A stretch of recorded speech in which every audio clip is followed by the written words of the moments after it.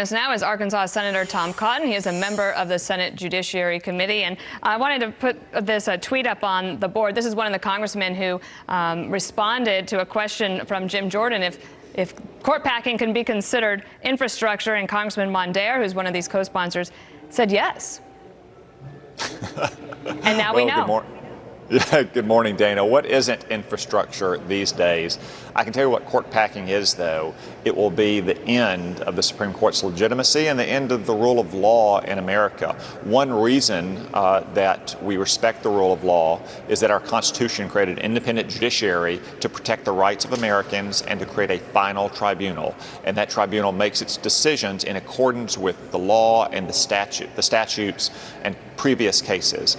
But if the Democrats simply want to expand the court to add 4 new liberal justices, because that's the current deficit they would need to make up to get Democratic appointed justices in control of the committee, the court will lose all legitimacy.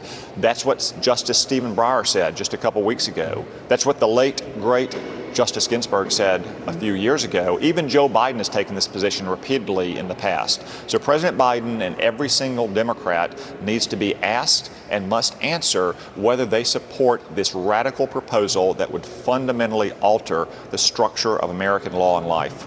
Senator Tom Cotton, it's Trace Gallagher here. I'm curious because Andy McCarthy really did make a good point there about the fact that they know this is not going to pass, at least right now. Maybe this is all about trying to intimidate the court, not really get this thing passed, not pack the court, but intimidate the court there is now. Trace, I think Andy is onto something there. The Democrats have a very bad habit of trying to intimidate the court. Chuck Schumer just last year went over and stood on the steps of the Supreme Court and threatened justices by name that they were going to reap the whirlwind if they ruled in a way that he did not favor. So much so that the Chief Justice even rebuked political actors who engage in that kind of action. Look, it is fine to criticize Supreme Court decision. Heavens knows I criticize plenty of them. But to take actions to suggest you're going to expand the court or you're going to constrict their rules really is a way to try to intimidate the justices into the Democrats' favored rulings. Again, that's why it's so important that Joe Biden, Chuck Schumer, Nancy Pelosi, and every Democrat be pushed to answer on this question whether or not they favor fundamentally altering the rule of law in America by altering the Supreme Court's composition, something we haven't done in more than 150 years. Senator, this morning I was asked by somebody, they said, well, this couldn't really happen, could it? Like this really isn't going to happen. How would you answer that question? Well, I certainly hope not, Dana.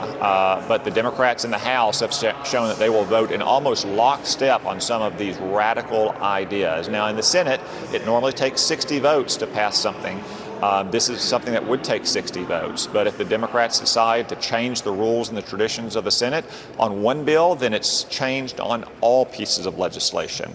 That's why it's so important that we maintain those rules and traditions in the Senate and that we make sure that we win back the House and the Senate next year. So this is no longer even a question, because I can assure you the Republicans would never propose a change in the composition of the Supreme Court simply because we didn't like the way a court had been ruling in recent years. Senator, I want to get your take on pulling troops out of Afghanistan. The Washington Post writes the following here, quoting, "It could lead to the reversal of the political, economic, and social progress for which the United States fought for 2 decades at a cost of more than 2,000 American lives and hundreds of billions of dollars.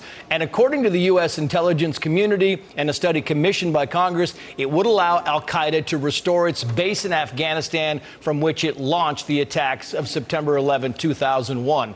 You served in Afghanistan in 2008. You know the politics. You know the lay of the land. Is the Washington Post correct in that assessment?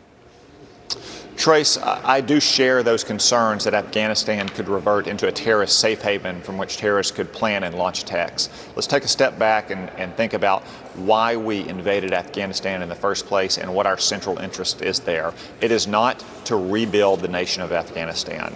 It's not to try to turn Afghanistan into Swiss or Danish-style democracies.